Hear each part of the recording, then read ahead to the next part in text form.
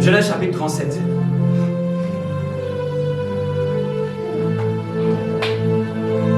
Donc on arrive à la partie où Joseph va être envoyé par son père pour aller prendre les nouvelles de ses frères. Et Joseph arrive, et vous connaissez cette partie où il décide de le tuer. Et à un moment, Ruben défend et il le jette dans un puits sans eau. Quatrième chose qui arrive à Joseph, on le jette dans un puits. Le fait d'être jeté dans le puits, c'est de vouloir dire que, de mettre une culpabilité que tu n'as pas demandé, de te rendre coupable de quelque chose que tu n'as pas fait. C'est de te punir pour quelque chose que tu n'as pas fait. C'est de t'accuser pour quelque chose que tu n'as pas fait. À ce stade, c'est ce qu'on appelle les fausses accusations. Ils ont même pris son vêtement, ils ont même mis du sang d'un animal et ils ont montré au père de Joseph. À ce niveau-là, on ment sur toi. On dit ce qui n'est pas vrai à ton sujet. Dis à ton voisin, si tu apprends, qu'est-ce que tu vas faire? Tu apprends que quelqu'un a dit quelque chose que tu n'as pas dit. Dis à ton voisin, tu vas réagir comment? Si c'est toi, on sait que tu vas t'exploser déjà. Donc beaucoup, nous, sur le chemin de notre destinée, dis à ton voisin, tu as quelle phase et tu n'es pas encore mort? Jeter dans le puits, c'est les fausses accusations, faux jugements. On met une fausse culpabilité sur toi. On ment sur toi. C'était le rejet aussi qu'il a vécu. Tu peux noter, le rejet. Parce que son frère, ses frères l'ont rejeté vis-à-vis. En le vendant, c'est une manière, on te rejette, on ne veut plus de toi. Le rejet fait partie de cette phase. Et je vous dis, tout ce que Joseph a vécu, un chrétien le vit tôt ou tard, d'une manière ou d'une autre. Pas forcément dans l'ordre, mais d'une manière ou d'une autre. La trahison, c'était le puits. Le rejet, c'était le puits. Les fausses accusations, c'était sur son manteau. Le mensonge sur lui, ça fait 4 choses qu'il a vécues à cette période. Est-ce que dans tout ça, vous avez vu Joseph, comment il s'est comporté? Joseph n'a pas maudit quelqu'un. C'est les chrétiens qui allaient dire, je le maudis, ceux qui veulent me détruire. Il ne faut pas confondre tes ennemis avec tes adversaires. Il ne faut pas confondre tes ennemis avec tes adversaires. Tes frères ne sont pas tes ennemis. C'est les ennemis là. Ils viennent du diable. Amen. Chaque fois que la Bible parle de Dieu, il détruit les ennemis. Les adversaires, c'est quelqu'un qui peut juste s'opposer à toi.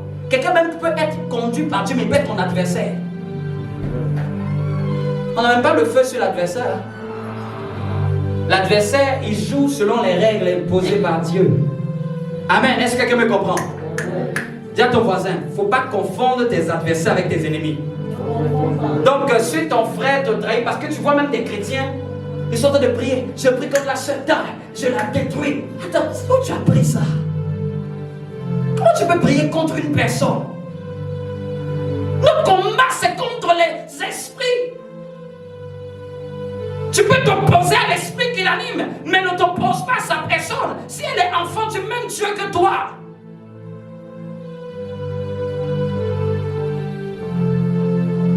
Amen. Durant tout ça, est-ce que vous avez vu Joseph parler? Vous avez vu Joseph se plaindre? Joseph venait de passer le test. Et là maintenant on le vend. On vend Joseph et on l'emmène dans la maison de Potiphar. Amen. Et ce qui me plaît, quand vous lirez bien à la maison, la Bible dit Dieu était avec lui. Et c'est ça qui me plaît. On peut te faire tout ce qu'on veut te faire, mais rassure-toi que Dieu soit avec toi. Amen. Si Dieu est avec toi, c'est l'essentiel. Pourquoi la Bible a dû marquer ça? Je vais retrouver ce passage-là pour que vous puissiez comprendre. À partir du verset 39. Chapitre 39, pardon. Chapitre 39. On fit descendre Joseph en Égypte. Et Potiphar, c'est à partir du premier verset, officier de Pharaon, chef des gardes, égyptien, l'acheta des Ismaélites, qu'il y avait fait descendre. L'Éternel fut avec lui. Waouh! Attends, même dans ça, si la Bible a dû mentionner ça, c'était pour dire qu'il ne pensait pas qu'il était maudit. Parce que les gens qui passent des épreuves, ils ont l'impression que est-ce que c'est je suis maudit? Est-ce que c'est pas un esprit de malédiction? Ce n'est pas tout ce que tu traverses qui est un esprit de malédiction. Si c'est Dieu qui a permis ça, il sera avec toi. Amen. Et regardez ce qui se passe. Et la prospérité l'accompagna. Attends, tellement il n'avait rien dit à tout ce qu'on lui avait fait, Dieu est en train de confirmer: je suis avec toi, mon enfant. Même si tu es vendu en Égypte, même si tu es rejeté de tes frères, regarde, je vais te faire prospérer là où personne ne pense. C'est l'un des signes, quand tu es en train de traverser une épreuve qui est permise par Dieu, que tu la remportes avec ton cœur.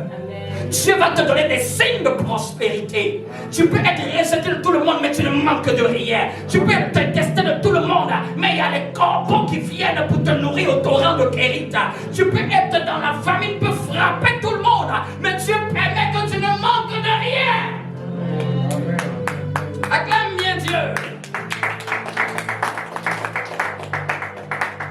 Quand c'est le diable qui est en train de détruire ta vie, Dieu ne peut pas être là. Tu ne peux pas confirmer ce que le diable est en train de faire. Là, quand c'est comme ça, il faut se lever pour prier. Donc, il y a des épreuves là. Quand c'est Dieu, il va te donner des signes. Même l'épreuve du désert n'était pas une calamité. Dans le désert, il y avait de la manne et de la caille. Dans le désert, il y avait la colombe de nuée pour les conduire. Dans le désert, il y avait la colombe de feu la nuit pour les conduire. Est-ce que quelqu'un comprend? Dans le désert, il frappait au rocher et l'eau sortait. Dis à ton voisin, de quel désert tu me parles? Les Israélites n'avaient pas de domicile fixe, mais ils étaient bien nourris. Hein? Il y a une différence entre la sécheresse et le désert. Hein? La sécheresse, c'est du diable. Le désert peut être permis par Dieu. Mais même dans le désert, là, il y a un niveau de confort que Dieu te donne quand même. Parce qu'il y a beaucoup de chrétiens qui confondent leur désobéissance en croyant que non, ça c'est un désert. C'est un désert, puis tu es fermé partout. Il n'y a pas de signe de prospérité, de bénédiction. C'est un désert et puis tu es fermé, les portes sont fermées partout. Dis à ton voisin, je me pose des questions alors. Je me pose des questions. Parce que souvent c'est notre désobéissance qui nous emmène à ce que les portes soient fermées. Ici c'était l'obéissance de Joseph qui était en train d'être manifestée par la prospérité. Écoutez-moi bien, il n'était pas chez son père. Il était vendu dans une situation difficile par rapport à celle de ses frères, mais Dieu l'a fait prospérer là-bas. Dieu te voit, l'obéissance attire la prospérité de Dieu. Seigneur, donne-moi un Dieu avec moi, donne-moi un cœur pour t'obéir.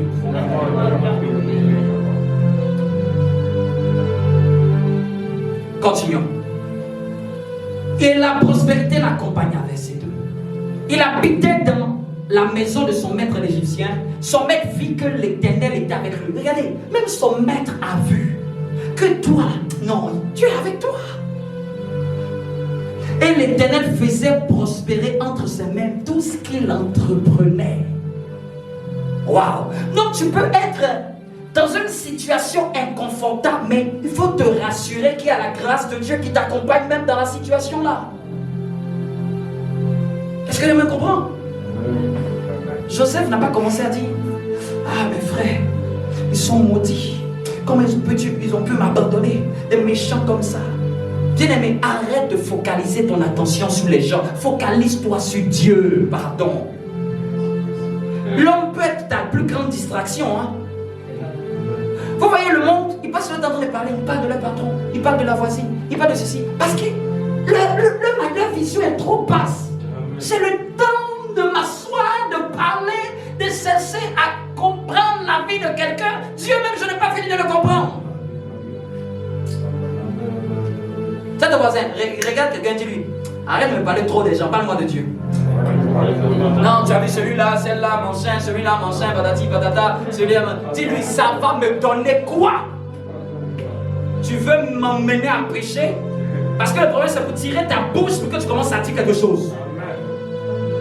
Je vous ai dit ici, si quelqu'un te demande qu'est-ce que tu penses de lui, dis-lui, je ne pense rien d'autre que Jésus-Christ. Tu as vu ce qu'elle a fait? Je vois que ce que Jésus fait, c'est tout. Il y a des choses, il faut fermer tes yeux. Focalise-toi sur l'essentiel. Et si tu dois parler, parle pour exhorter, parle pour encourager, parle pour édifier, parle pour redresser, parle pour ramener dans le droit chemin. Dis à ton voisin, ne nous laissons pas distraire dans ce siècle présent. Donc, l'une des capacités de Joseph travaillait là où il était. Et Dieu bénissait ce qu'il entreprenait. Joseph n'avait pas les bras croisés. Donc face à tout ça, Joseph a continué à être imposeur, il travaillait, il était esclave, laissez-moi vous dire. Joseph n'a pas maudit Dieu. Joseph n'a pas régné Dieu. Au contraire, Dieu était avec lui, même dans l'esclavage. Qui t'a dit que Dieu est avec toi seulement quand tu portes de beaux vêtements? Qui t'a dit que Dieu est seulement avec toi, veut être seulement avec toi quand tout va bien? Même ça peut aller mal, mais Dieu peut te montrer sa plus grande présence à tes côtés. La force d'un chrétien, c'est que même quand il traverse la vallée de l'homme de la mort, il peut dire, je ne crains aucun mal. Parce que si c'est simplement quand tu traverses la bonne vallée, que Dieu soit ton Dieu, même dans la vallée de l'homme de la mort. L'homme de la vallée de l'homme de la mort est un chemin qu'un chrétien peut emprunter. Mais ce qui va nous différencier, c'est que moi, Dieu est avec moi. Ce qui va nous différencier, c'est que moi, Dieu est avec moi.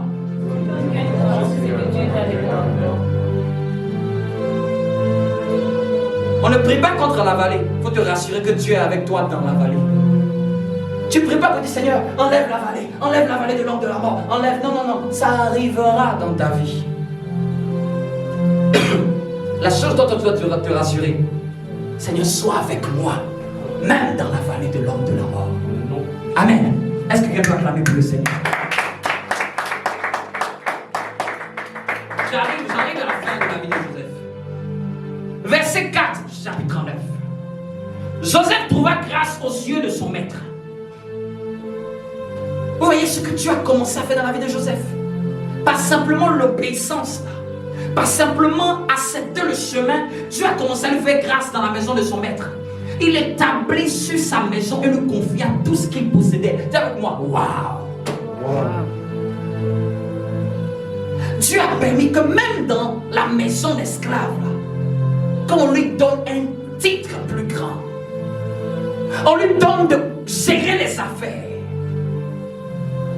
On lui donne de prendre le leadership. Pourquoi? Parce qu'on voyait que la grâce de Dieu était avec lui. Joseph n'était pas un fanfaron, il était sérieux, diligent, il travaillait, il était à l'obéissance, il était rigoureux. Et la grâce de Dieu s'accompagnait avec lui. Amen. Amen. Beaucoup de chrétiens, quand ils arrivent sur Potiphar, ils croient qu'ils ont réussi. Dis à ton voisin, c'est faux. Potiphar est un stade où tu as l'impression que Dieu a fini de te bénir. Ce n'est qu'une phase de sa grâce. Ce n'est pas le lieu où il veut que tu restes. Tu peux même te plaire parce que Joseph était heureux là où il était.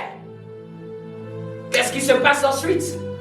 On voit la femme de Potiphar lui demander de coucher avec elle.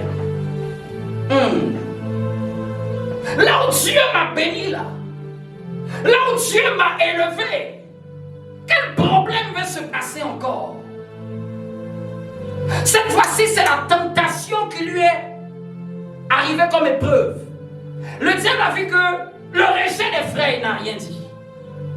La trahison de ses frères, il n'a rien dit. Les fausses accusations, il n'a rien dit. La réprimande de son père, il n'a rien dit. Il dit, je vais tenter Joseph dans un plaisir de ce monde Puisque quand je lui fais quelque chose, il ne réagit pas. Cette fois-ci, c'est moi qui vais la tirer dans un plaisir du monde. Cette fois-ci, c'est la tentation qui vient à sa porte. Bien aimé, quand le diable te détruit, il emmène la tentation à ta porte. Il utilise ce qui est près de toi. Amen. Tu veux t'emmener dans une société. Tu commences à bénir, à être béni. Et puis il y a un frère là-bas qui t'appelle. Dans le lieu où Dieu semble te bénir là. Il veut te détourner de la grâce. Ou une soeur qui commence à te faire les yeux de phare. Tu étais content, tu as entendu le témoignage. Oh, Dieu m'a donné un bon travail. Peut-être la balle à la tentation là t'attend. Tu dois faire tes preuves partout. Toi, oui, toi, tu ne vas pas chercher. Tu es un chrétien sérieux. Mais à un moment, le diable sait ça. C'est lui-même qui vient vers toi. Amen.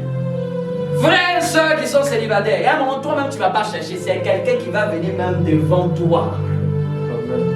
Il va te faire toutes sortes de propositions. Tiens ton voisin, ta réponse va être déterminante. Il y en a d'autres, c'est même avec chantage. Et on a vu Joseph. Qu'est-ce que Joseph a dit? À partir du verset 7, chapitre 39. Après ces choses, il arriva que la femme de son maître porta les yeux sur Joseph. Waouh! Dis à ton voisin, qu'est-ce qui va porter les yeux sur toi? Tu commences à briller. Bien aimé, quand il était dans le puits là, qui portait ses regards sur lui. Il y a des choses, ça n'arrive quand tu commences à briller un peu. Pour essayer de voler ton éclat, de tuer ta destinée à ce moment-là. On te propose des choses. On veut te proposer à te corrompre. J'entendais un pasteur qui disait qu'il y a des années, il a vu un homme beau. Il dit que c'était le diable. Venir avec une foule de gens. Et lui dit, suis-moi. Et le Seigneur lui a dit, ça c'est le diable. Ne le suis pas. Et il a dit, non, je ne veux pas ta réussite. Et le diable lui a dit, tu es bête quoi. Il dit, de toute façon, il y a des gens qui vont accepter. Et le diable est parti tout en colère. C'est que lui-même faisait le ministère. Le diable est venu en vision pour lui dire, tu veux la gloire. Même Jésus a connu ça. Prosterne-toi et adore-moi. Chacun va le connaître d'une manière ou d'une autre. Chacun. Souvent les gens pensent que c'est le diable qui va les apparaître. Il y a des situations qui vont être en train de dire seulement prosterne-toi et adore-nous. Dis à ton voisin, à cette situation, tu vas faire quoi? Tout chrétien va vivre ça dans sa vie, tôt ou tard. De vouloir regarder la grâce de Dieu.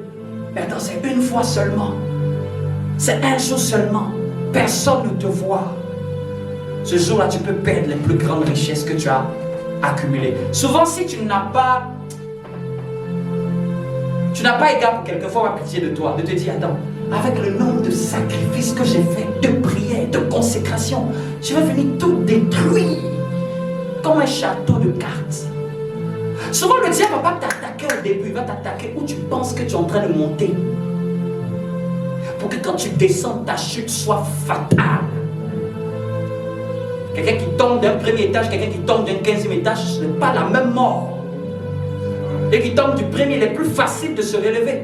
Mais celui qui tombe du 15e, le diable veut se rassurer que lorsqu'il tombe, il ne se lève plus. Voici, verset 8, il refusa. Après ces choses, il arriva que la femme de son maître porta les yeux sur Joseph et dit, couche avec moi. Il refusa. Tiens ton voisin, refuse la tentation. Et dit à la femme de son maître, voici mon maître ne prend avec moi connaissance de rien dans la maison. Il a remis entre mes mains tout ce qui lui appartient. Il n'est pas plus grand que moi dans cette maison. Et il ne m'a rien interdit excepté toi, parce que tu es sa femme. Comment ferais-je un aussi grand mal et pécherais-je contre Dieu? Voici le langage de Joseph. Il trouvait que c'était un grand mal contre son maître. Il trouvait qu'il allait pécher contre Dieu. Dis à ton voisin, il y a des péchés là, ça va t'écarter de la destinée de Dieu. Ça te fait tout recommencer. On imagine un peu s'il était avec la femme de Potiphar ici. La vie de Joseph s'arrêtait dans la maison de Potiphar. Il allait avoir une femme de quelqu'un. Il allait rester esclave de Potiphar pour toute sa destinée. Et il allait croire que c'était à ça que Dieu l'avait destiné. Quand il serait allé au ciel, Dieu lui dirait jamais moi je t'ai prévu ça dans ta destinée. Là où tu te corromps, c'est là où tu t'arrêtes. Là où tu te corromps, c'est là où tu dis à Dieu, je ne suis pas prêt à aller à la dimension suivante. Regardez, après qu'il ait dit non à la femme, cette femme prend son vêtement et ment sur Joseph. Elle fonce sur ce menton sur lui. Et Joseph part en prison. Ton obéissance à Dieu peut faire que tu pars en prison. Est-ce que quelqu'un me comprend? Souvent les gens pensent que non, le fait que tu obéisses à Dieu là, ça doit faire que forcément tout peut être beau pour toi. Ton obéissance ferme peut faire que tu peux perdre même un travail. Parce que tu as proposé des choses au travail, mais ta foi chrétienne dit que de te dire non. Et puis tu perds le travail. Tout le monde va dire que tu es bête. Oui, je préfère rester sans emploi que de me corrompre.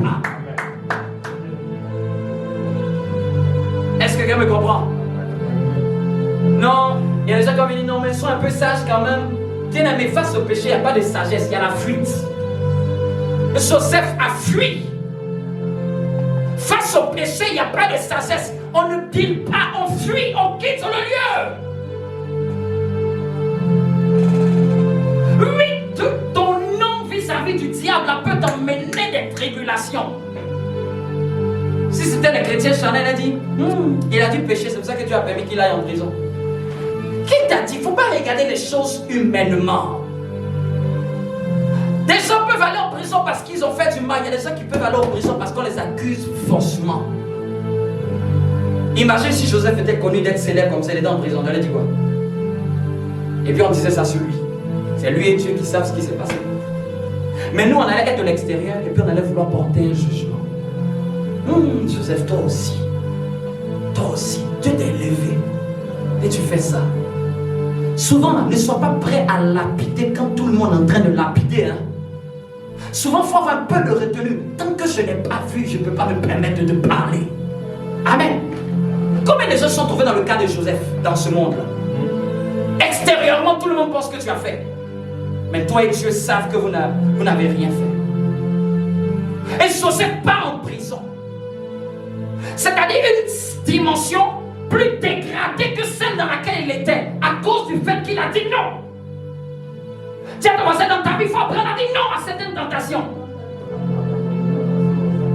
Et il faut accepter ce qui va suivre, quel que soit ce qui se passe.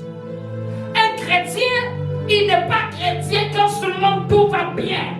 Il est chrétien même si ce qu'il traverse est dû à son obéissance à Dieu. Il préfère être heureux avec son Père que d'être attaché au monde et loin de Dieu. Dis à ton voisin, tu es prêt à payer quel prix pour dire non? Mais il va en prison. Là-bas encore, la Bible dit que Dieu est avec lui. Ah, c'est ce qui me plaît à chaque fois. Passe par où tu veux passer, mais rassure-toi que Dieu est avec toi. Joseph a dû aller en prison pour être brisé. Mais il ne savait pas que c'était la dernière phase de son test. Là-bas, deux officiers du pharaon arrivent en prison. On connaît l'histoire, le panetier et les chansons. En d'autres termes, le boulanger et le faiseur de vin. Il interprète les deux le songe. Celui qui avait les songes a commencé à interpréter les songes. Et quand vous lisez bien, il a dit à les chansons, s'il te plaît, ne m'oublie pas. S'il te plaît, ne m'oublie pas. Parle pour moi au roi. C'est ici, j'ai été accusé faussement. Vous savez ce qui s'est passé? La Bible même a fait exprès même de dire. Le gars l'a oublié. Dis à ton voisin, c'est pas toi qui vas t'en sortir, c'est Dieu qui va t'en sortir. Souvent, les gens aiment essayer les stratagèmes humains pour essayer de régler leurs difficultés. Si c'est Dieu qui t'a mis dans la prison, c'est lui au son temps qui va te faire sortir. Dieu a permis même qu'on l'oublie. Dis à ton voisin, est-ce que tu es prêt à digérer l'oubli? Dis à ton voisin, tu es prêt à digérer l'oubli? Non, je comptais sur lui. Il me fait plus contact, il me répond plus. Je comptais sur lui, je comptais sur elle. Je ne peux plus avoir accès à elle, elle m'a oublié. Dis-lui, c'est bien fait si on t'a oublié. Il faut que tu apprennes à digérer l'oubli. Les hommes vont t'oublier. Lui, il faut accepter ça. Dieu même va permettre qu'on t'oublie. Parce que Dieu ne veut pas que tu accordes la gloire à un homme. Tu ne dises pas que c'est à cause de lui.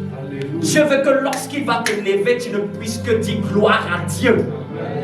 Ce n'est pas par tes méthodes, par tes systèmes. Joseph voulait s'en sortir seul de la prison. Dit, il va causer un peu au roi. Tu as vu, hein? J'étais aidé avec mon don.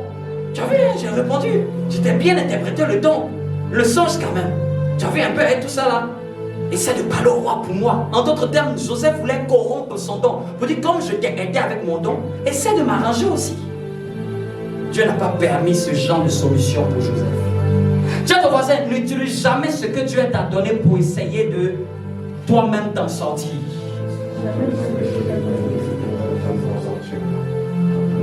Tu peux prier pour les gens vont t'oublier. Tu peux soutenir les gens vont t'oublier. Tu peux aider des gens vont t'oublier. Ne pense pas qu'on doit te faire forcément pareil. Quoi. Tu peux dire bonjour aux gens, ne te répondent pas. C'est pas grave. Mais aujourd'hui, les gens veulent que, quand tu vois que je t'ai aidé, quand tu vois c'est donnant, aide-moi aussi. C'est lui qui t'a dit que c'est écrit quelque part. Si c'est Dieu qui a ta vie entre tes mains, il va permettre que personne ne se donne la gloire sur toi. Surtout si tu es son enfant, il va permettre que tu sois mort vis-à-vis de l'oubli des gens. Et nous connaissons la fin. Pharaon qui a maintenant été troublé dans son rêve. Là maintenant c'est le plan de Dieu. Dieu ne fait pas sortir Joseph par hasard. Dieu fait sortir Joseph au bon moment. Quand Dieu te permet que tu sois caché, c'est pour te révéler au bon moment. Quand Dieu permet que tu sois oublié, c'est pour te révéler au bon moment. Ne cherche pas à paraître toi-même avant le temps. Ne cherche pas à forcer le temps qui n'est pas encore arrivé.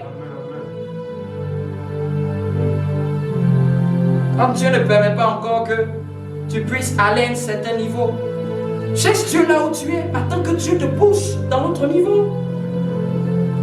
Pharaon a eu le rêve permis par Dieu.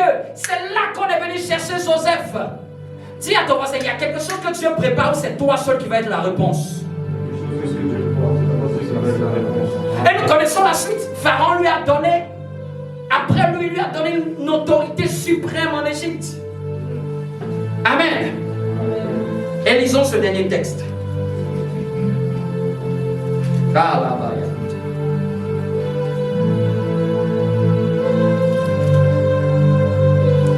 À partir du chapitre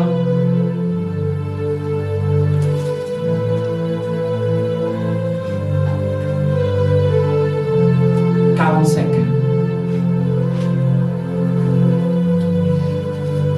Joseph ne pouvait plus se contenir. C'est la période où maintenant ses frères sont venus, ils ont ramené tout le monde. Et Joseph ne pouvait plus se contenir devant tous ceux qui l'entouraient. Il s'écria, faites sortir tout le monde.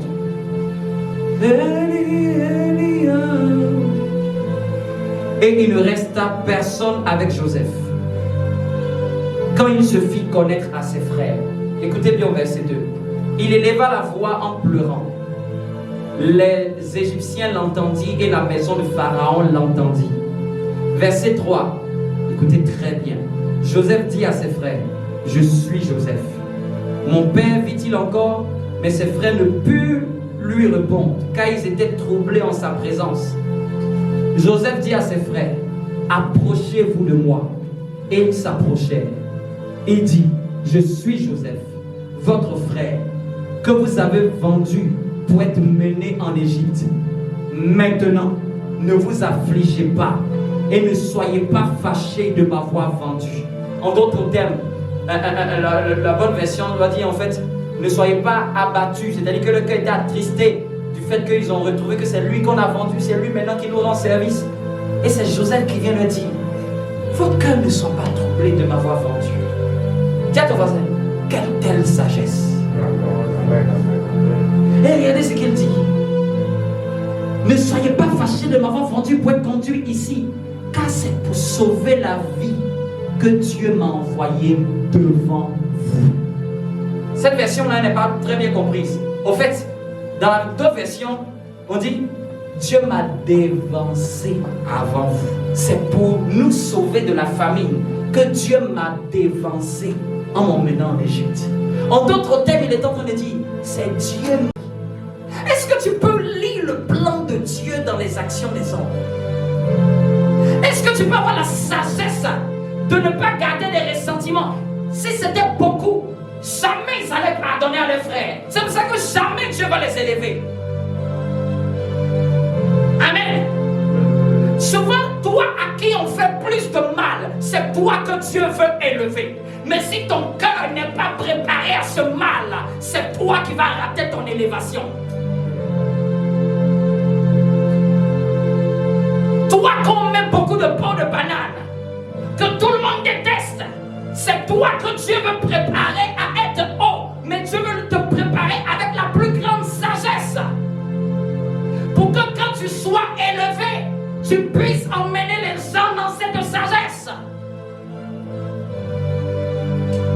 Quel cœur je rêve. Joseph a réussi toutes les étapes de la vie, de l'épreuve de sa destinée. Il a failli en aucun. Vous savez c'est à quel âge il est devenu maintenant prince d'Égypte? La Bible dit qu'il a eu maintenant 30 ans. 13 ans où Dieu a travaillé sa vie. De 17 ans, il lui a fallu 13 ans pour accomplir son rêve. Ça, je te parle de quelqu'un qui l'a réussi avec brio. Et celui qui le néglige, dis-lui, le temps va s'augmenter. Donc quand Dieu te donne une vision, rassure-toi de chercher à préparer ton cœur pour cette vision. Rassure-toi de bien mourir pour l'accomplir. Car Dieu ne donne pas le trône aux vivants. Il donne le trône à ceux qui sont ressuscités. Celui qui est ressuscité peut pardonner. Celui qui est ressuscité peut avoir l'amour. Celui qui est ressuscité peut voir au-delà du mal qu'on lui a fait.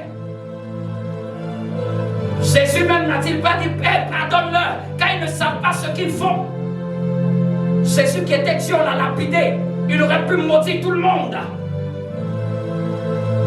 Je ne crois pas à l'élévation sans l'amour. Jamais. Jean, Dieu t'élève et puis tu as un cœur méchant. Jamais. Tu es prêt à attendre aussi longtemps. Est-ce que tu peux te lever et acclamer la parole de Dieu?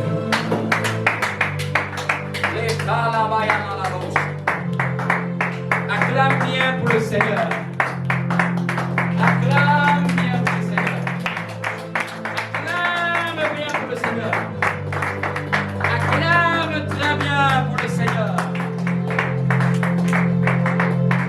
Quelle histoire! Quel parcours! On l'a pas entendu faire du bruit. On l'a entendu seulement suivre le chemin de sa destinée. On l'a pas entendu se plaindre. On l'a entendu seulement travailler dans le chemin de sa destinée. Il était focalisé, déterminé. Seigneur, donne-nous le cœur que tu as donné à Joseph. Seigneur, est-ce que tu peux prier pour dire Seigneur, donne-moi le cœur pour entrer dans ma destinée. C'est le cœur qui ouvre la voie d'accès à la bénédiction. Oui, il y a la foi, mais le sang de cœur va te permettre de donner la place au roi.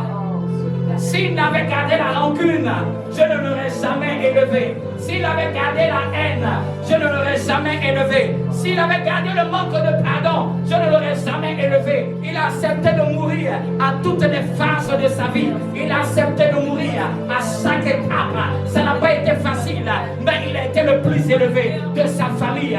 Oui, quand je t'appelle à la grandeur, rassure-toi que Dieu va accepter que tu meurs avant de te lever. Il ne donne pas la puissance aux vivants. Il ne donne pas la puissance à ceux qui sont remplis d'eux-mêmes.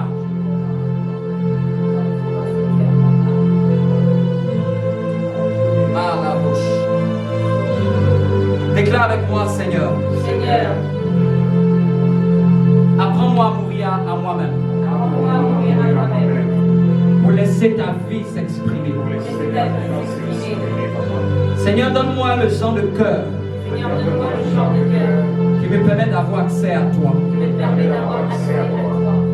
Donne-moi de me focaliser Donne-moi de me focaliser sur ma destinée. sur ma destinée. Donne-moi de travailler Donne-moi de travailler sur ma destinée. sur ma destinée. Quelles que soient les épreuves, Quelles que soient les épreuves, donne-moi de ne pas avoir une attitude donne-moi de ne pas avoir une attitude qui me fait échouer. qui me fait échouer. Donne-moi de réussir toutes les Donne-moi épreuves de réussir toutes les épreuves sur le chemin de ma sur destinée. le chemin de ma destinée. Seigneur, Seigneur, donne-moi le genre de cœur donne-moi le genre de cœur pour l'élévation. pour l'élévation. Seigneur, je sais que tu m'as appelé à être élevé, Seigneur, je sais que tu m'as appelé à être élevé. mais ce que je te demande, Mais ce que je te demande, donne-moi le cœur de l'élévation. Le genre de cœur pour l'élévation. Donne-moi la simplicité. Donne-moi la rigueur. Donne-moi l'humilité. Donne-moi l'amour. Donne-moi de me focaliser sur toi. Donne-moi de ne pas considérer tout le mal qu'on me fait, mais de manifester l'amour en retour. Donne-moi de prier même pour mes adversaires, de prier même pour ceux qui me détestent, de prier même pour ceux qui ne m'aiment pas, afin de garder mon cœur. Au nom de Jésus. Tu vas préparer ce que tu as apporté au Seigneur. Nous arrivons à la fin de ce culte. Et la bouche, la baille. Et la bande à la bouche. Pour cette saison qui se lève, c'est moi qui reste. Dis à quelqu'un, sois fort et courageux. Amen. Sois fort et courageux. Ce qui se passe dans le monde actuellement est en train de nous montrer à quel point il est important de s'attacher à Dieu. Comme je le disais, les temps dans lesquels nous sommes, celui qui n'est pas à Dieu, ça va se savoir. Et celui qui est à Dieu, ça va se savoir. La différence va être palpable. Les Égyptiens seront connus et ceux qui sont à Goshen seront connus. Amen. Et c'est là que tu dois persévérer. Tu dois t'attacher. Seigneur, merci pour les grandes choses qui sont censées arriver dans notre vie.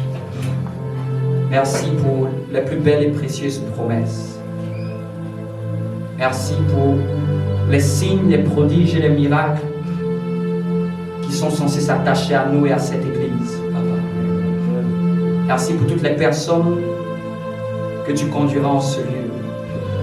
Nous voulons t'offrir cette offrande, non pas parce que tu as besoin d'argent, mais parce que tu veux que notre cœur ne soit pas attaché à aucun matériel. Et c'est parce que tu veux nous en donner au contraire. Mais tu veux que notre cœur puisse soutenir cette œuvre, Papa. Lève ton offrande, ta main, que tu aies boire ou quoi que ce soit. Bénis les mains qui vont te l'apporter. Reçois-les. La sueur de leur front, reçois-les. Ouvre des portes. Ouvre des portes de grâce, de bénédiction. Visite ton peuple.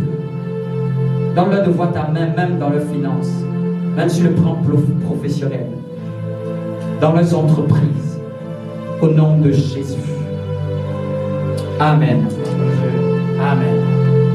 Tu peux venir apporter ton offrande au Seigneur.